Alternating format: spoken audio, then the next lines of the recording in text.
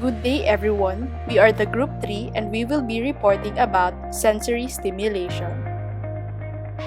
And these are my group members, Lian Alois Amador, I, Ana Dominic Gison, J.N. Nazario, Rachel Jonica Pahente, Stephen Joshua Plaza, J.V. Singson, and Karil Ninya Tam.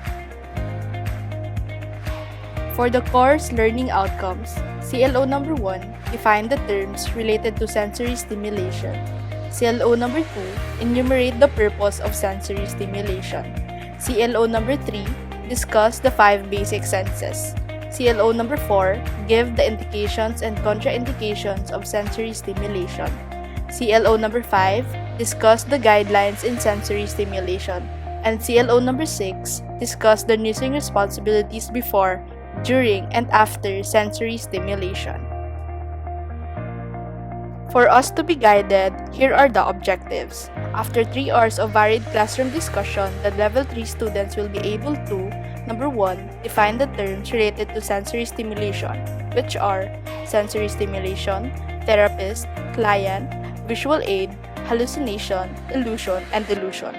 Number 2, enumerate the purpose of sensory stimulation. Number 3, discuss the 5 basic senses. Number 4, give the indications and contraindications of sensory stimulation. 5th, discuss the guidelines in sensory stimulation. And lastly, 6th, discuss the nursing responsibilities before, during, and after sensory stimulation. Definition of terms. Sensory stimulation.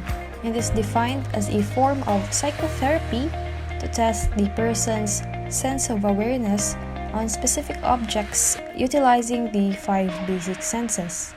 This uses everyday objects to evoke positive feelings through the arousal of these senses. So the 5 basic senses that are being stimulated are the sense of sight, sense of hearing, sense of taste, sense of touch, and sense of smell. Therapist. A person skilled in a particular kind of therapy, such as psychologists.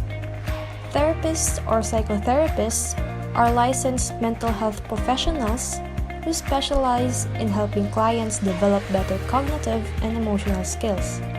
They also reduce symptoms of mental illness, and they help clients cope with various life challenges to improve their lives. Client. A person or organization using the services of a professional person such as a therapist. Visual aid. An item of illustrative matter such as a film, a slide, or model designed to supplement written or spoken information so that it can be understood more easily. Hallucination. It is defined as a false sensory perceptions or perceptual experiences that do not exist in reality. Hallucinations can involve the 5 senses and bodily sensation. The types of hallucinations are auditory, visual, olfactory, tactile, gustatory, synesthetic, and kinesthetic. Auditory hallucinations. This is the most common type of hallucination. It involves hearing sounds, most often voices, talking to or about the client. There may be one or multiple voices. A familiar or unfamiliar person's voice may be speaking. Visual hallucination. This is the second most common type of hallucination. It involves seeing images that do not exist at all, such as lights or a dead person, or distortion such as seeing a frightening monster instead of the nurse. Olfactory hallucinations. It involves smells or odors. It often occurs with dementia, seizures, or cerebrovascular accidents. Tactile hallucinations. This refers to sensation such as electricity running through the body or bugs crawling on the skin. Mostly often found in clients undergoing alcohol withdrawal and rarely occur in clients with schizophrenia. Gustatory hallucinations. Gustatory hallucinations are similar to olfactory hallucinations, but they involve your sense of taste instead of smell. These tastes are often strange or unpleasant. Gustatory hallucinations are a relatively common symptom for people with epilepsy. Synesthetic hallucinations. It involves the client's report that he or she feels bodily functions that are usually undetectable. Kinesthetic hallucinations. This occurs when the client is motionless but reports the sensation of bodily movement. Occasionally, the body movement is something unusual, such as floating above the ground. Illusion, a misrepresentation of a real sensory stimulus, that is, an interpretation that contradicts objective reality as defined by general agreement. For example, a child who perceives tree branches at night as if they are goblins may be said to be having an illusion. Delusion. These are fixed, false beliefs with no basis in reality. The types of delusion are persecutory or paranoid delusions, grandiose delusions, religious delusions, somatic delusions, and referential delusions or ideas of reference. Persecutory delusion. This is the most common form of delusional disorder. In this form, the affected person fears they are being stalked, spied upon, obstructed, poisoned, conspired against, or harassed by other individuals or an organization.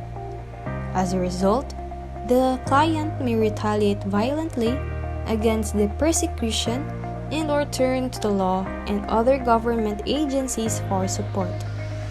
Grandiose delusion. In this form of delusion, the person believes they are much greater or more influential than they really are.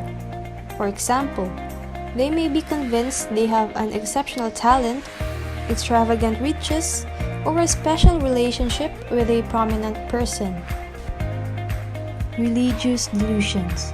This often center around the second coming of Christ or another significant religious figure or prophet. Somatic delusions. In this disorder, a person is convinced something is wrong with them. This type of delusion may often lead to multiple consultations with physicians, surgical procedures, depression, and even suicide. Some individuals may also develop tactile hallucinations and feel the sensation of insects or parasites crawling over their skin. This is called monosymptomatic hypochondrial psychosis and forms part of somatic delusional disorder. And lastly, referential delusions or ideas of reference. Ideas of reference involve the client's belief that television broadcasts, music, or newspaper articles have special meaning for him or her.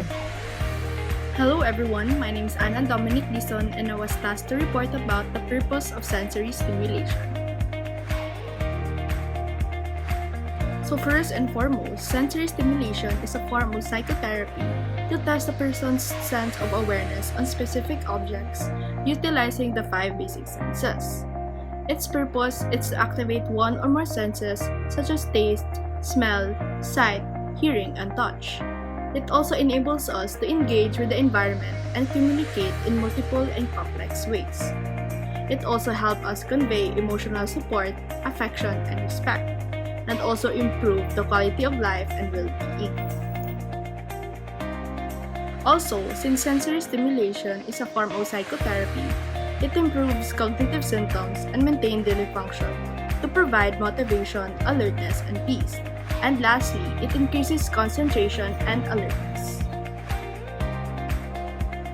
So now, let's go on to the purpose of sensory stimulations on a specific personality. For infants and toddlers, infants use their senses to learn about the world around them, sensory stimulation is linked to emotional, cognitive, and physical development. All of the senses need to work together so that infants and toddlers can move, learn, and behave in a typical manner. Activities provided for seeing, hearing, touching, smelling, and tasting should be numerous and repetitive for proper sensory stimulation. The next is for the young children. Sensory stimulation continues to be beneficial as babies progress from infants to preschoolers. Sensory play helps children engage with the world in a way that helps them grow and develop. For young children, sensory play includes any activity that stimulates a child's sense of touch, smell, taste, sight, movement, and hearing.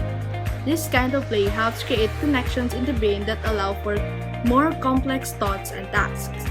Sensory activities also help young brains better process and respond to sensory information. The next one is for people who have neurocognitive disorders. Sensory stimulation has been widely used in caring for people with neurocognitive disorders, previously referred to as dementia. Typically, this uses everyday objects to evoke positive feelings through the arousal of the senses. The next is for the developmentally disabled adults. According to a 2010 study, sensory stimulation through visual, tactile, gustatory, auditory, and olfactory activities can enhance the lives of low-functioning, developmentally disabled adults by giving them more opportunities to use their senses and communication skills. Lastly, is for the older adults. Sensory stimulation can also improve the well-being of older adults with or without neurocognitive disorders by calling up positive memories, reinforcing relationships with loved ones, and reducing anxiety and depression. My name is Rachel Pente and I'll be reporting about the 5 basic senses. So we have the sense of sight, smell, taste, hearing, and touch. So first we have the sense of sight. So seeing is often used synonymously for observing or understanding. Yet in actual fact, our eyes can only see colors, light and dark. We can see shapes, motion, and proportions because the eyes move and work together with the senses in movement and balance. So now we continue on with the pathway of sight. So the pathway of vision starts when the light rays first pass through the cornea and then through the pupil. The pupil detracts and expands depending on how little or how much light there is. The pupil is located in the center of the iris. After passing through the pupil, the light is concentrated by the lens as it passes through the eyeball and falls into the retina. The retina has a conical and rod-shaped receptors. So these are the receptors that perceive light and dark and all of the shapes, and resulting in nerve impulses that are then passed to the visual areas of the cerebral cortex. So here we can see the visual pathway and the anatomical shape of the eyeball. Also has its labels. Next we have the sense of smell. So it is also known as olfaction. So like taste, the sense of smell or olfaction is also responsive to a chemical stimuli. The olfactory receptor neurons are located in a small region within the superior nasal cavity. So let us trace the pathway of smell. So the pathway of scent or odor starts as airborne molecules are inhaled. They pass over the olfactory epithelial region and dissolve into mucus. These odorant molecules bind to proteins that keep them dissolved in the mucus and help them help transport them to the olfactory dendrites, the group of accent region, and dissolve into mucus. These odorant molecules bind to the proteins that keep them dissolved in the mucus and help transport them to the olfactory dendrites. The group of axons called the olfactory tract connect to the olfactory bulb. From there, the axons split to travel to several brain regions. Some travel to the cerebrum, specifically to the primary olfactory cortex. and others project to structures within the limbic system and hypothalamus, where the smells become associated with long-term memory and emotional responses. Next, we have the sense of taste, or the gustatory system. So the gustatory system is a sensory system that is partially responsible for the perception of taste or flavor. It is mediated by taste receptor cells, which are bundled in clusters called taste buds. So taste buds are most prevalent on small pegs of epithelium in the tongue called papillae. So the way our brains perceive the stimuli is what we refer to as taste. So here we have 5 basic recognized tastes, such as the salty, bitter, sweet, sour, and umami. So for the pathway of flavor,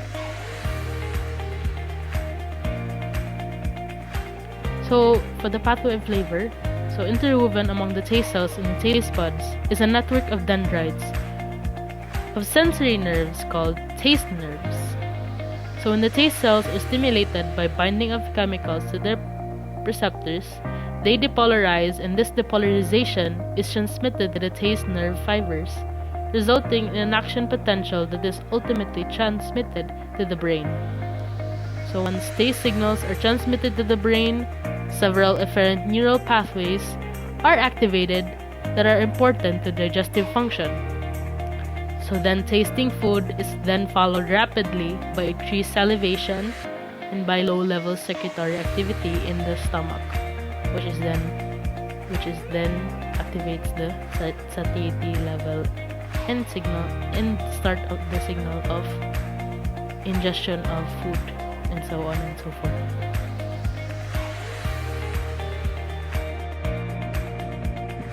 Let's discuss a little bit about the outer ear, the middle ear, and the inner ear. For the outer ear, the visible part is called as the pinna or the auricle. Along with it is the ear canal. We call this as the external auditory meatus, one of the important components of the outer ear. Next is the wax or cerumen, accumulates in the ear canal. This provides as a protective barrier to the skin from bacteria and moisture. In the middle ear, the eardrum, or we call it as tympanic membrane. This is the dividing structure between the outer ear and the middle ear. And along with it is the ossicles, the 3 tiny bones located behind the tympanic membrane, the malleus, incus, and stapes. It takes mechanical vibration received at the tympanic membrane.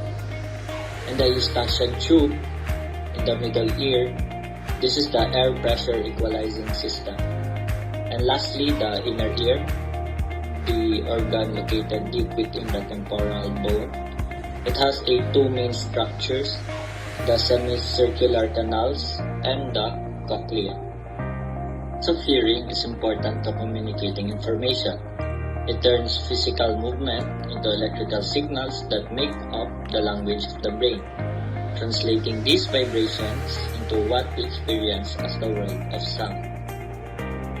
Hearing, the sound waves enter the hearing system through the outer ear, traveling down to the inch-long ear canal to strike the tympanic membrane or eardrum and making it vibrate.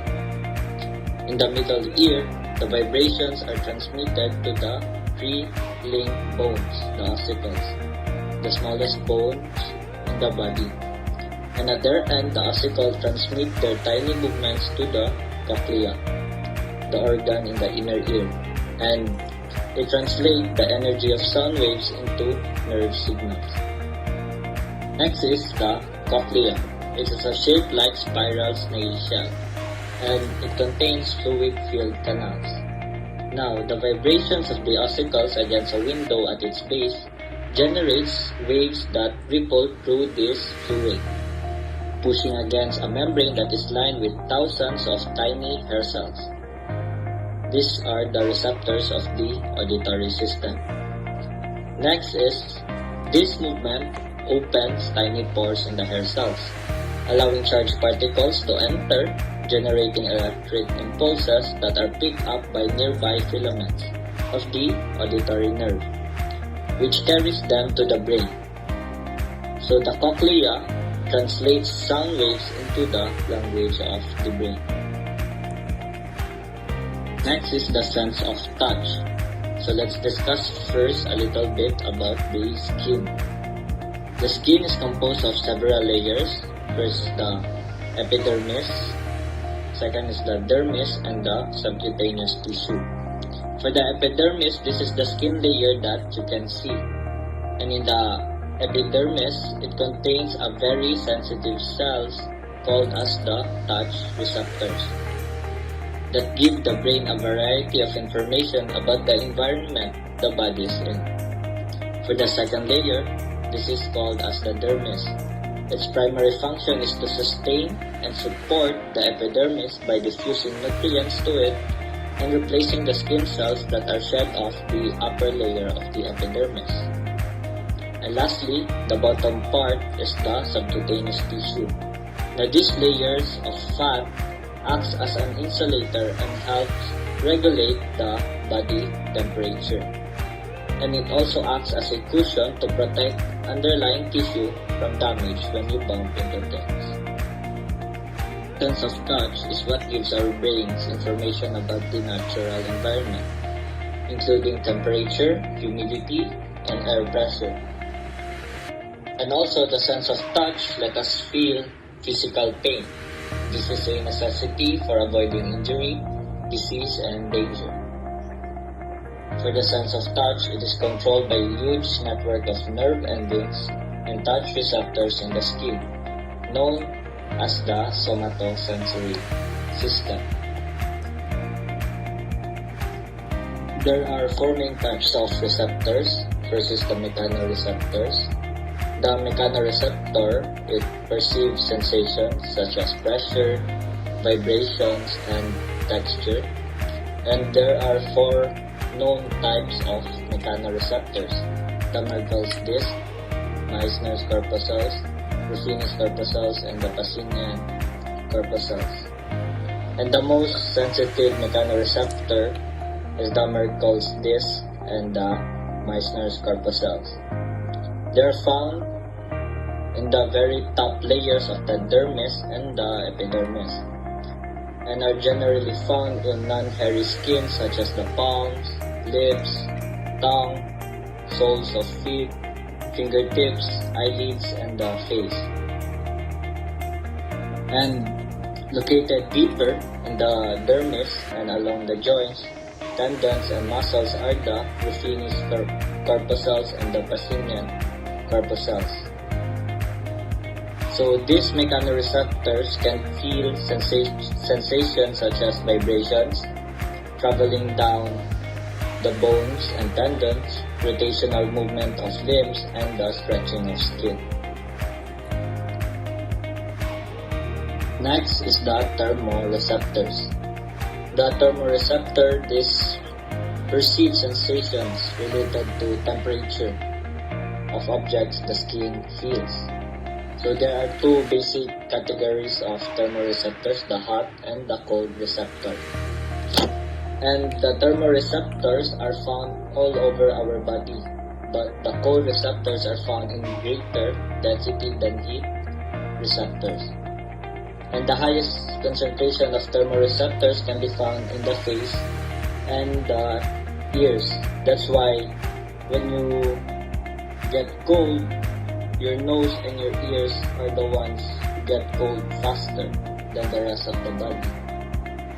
Next is the pain receptors, or called as nociceptor. These receptors can detect pain.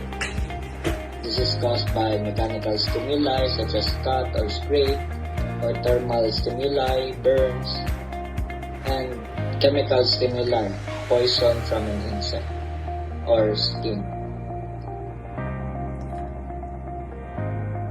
Lastly, the proprioceptors. This receptor senses the position of the different parts of the body in relation to each other and the surrounding environment. This can be found in tendons, muscles, and joint capsules. This location in the body allows these special cells to detect changes in muscle length and muscle tension.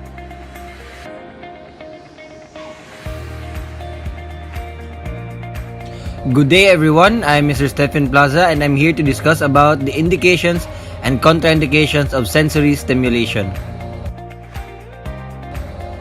For indications, patients with neurocognitive disorders, patients with brain injury, patients with dysfunctional sensory integration, patients with dementia, patients about to be discharged from the psych facility, developmentally disabled adults, and older adults. So for the contraindications, these are lack of patient or significant other's consent, violent, combative, or agitated patients, patients with limited senses, and patients who are afraid of the dark. Hi, I am Karil Nitam and I will be reporting the guidelines for sensory stimulation. The first guideline is to make sure to prepare all the needed materials for sensory stimulation. This is to save time and energy and to make sure that things are all accessible. Prepare the room by removing things that are not necessary in order to give more space and provide a more pleasing environment. Make sure to prepare the room light by ensuring that it is properly functioning for good visibility. Ensure the client's safety by providing clear and concise instructions in doing what is required. This is to prevent confusion towards the client. Next is ensure to provide support and a positive response in order to encourage improvements in the client's performance. Always make sure to respond to the client in order to facilitate interaction. Make sure not to ask the client with why questions, because why questions are open-ended questions and sometimes it requires lengthy answers, and this may cause confusion towards the client, and we do not want that. Next is to ensure to always be therapeutic towards the client. Make sure to start with those pleasant stimuli first rather than the unpleasant ones in order to cultivate interest. Ensure to record the individual responses of the client. The therapist must observe all the time. And lastly, ensure to maintain professional boundaries from the client. Thank you. Hi everyone, good day. So this is our last objective for this topic, sensory stimulation. So of course in this in doing sensory stimulation, we must know what are the different nursing responsibilities that we must accomplish before, during, and after doing this sensory stimulation. So hi again, my name is JV Ignacio A. Singson and I'll be reporting the last CLO for this topic, the different nursing responsibilities. So first are nursing responsibilities before sensory stimulation. Number 1, inform the client a day before the therapy. So why should we do that? Informing the client before the therapy, before the scheduled therapy, will give them a heads up on what to prepare, on what to do, and also for them to be prepared on what to do in that particular day. Next is introduce yourself to the client. So introducing yourself to the client will also build rapport towards the client. We know that they have mental disorder, so introducing yourself to the client might be a way to have a bond between the client. So number 3 is inform the client that there will be a need of physical contact. So why do we need to inform them? So this particular client, as we all know, have mental disorder. So a simple touch or a simple touch from people that they doesn't know or even that they know will cause them to have panics, or will cause them to have more on like uncomfortable feeling, and thus will lead to uncooperativeness with the activity. Next, we have before. So before the treatment, inform the client about being blindfolded. So of course, telling them on what to do, on what to expect in the activity will give them a heads up and will give them the sense of cooperation. Also informing them that in this treatment or this activity they will be blindfolded. It will it will not cause panic when in the said activity they are blindfolded. And next, we have ensure that you have washed your hands prior to the contact with your client.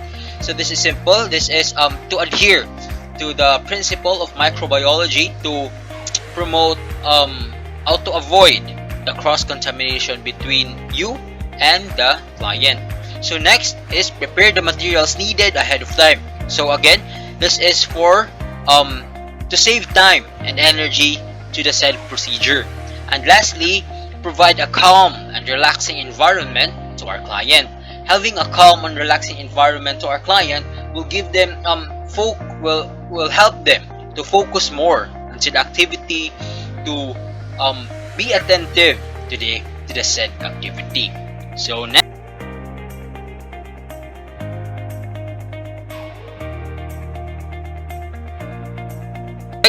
these are the different nursing responsibility during the sensory stimulation. First and foremost, it is be patient with your client. Since we all know that this patient has mental disorder and their attention span is not that long, or their focus is not fully attentive to the activity, having long patience towards our client is very vital for us nurses in attending to this type of patients. Next, do not leave your client unattended. This is to ensure their safety, since we're conducting this activity and their safety is our most priority in doing the activity, and giving our full focus to them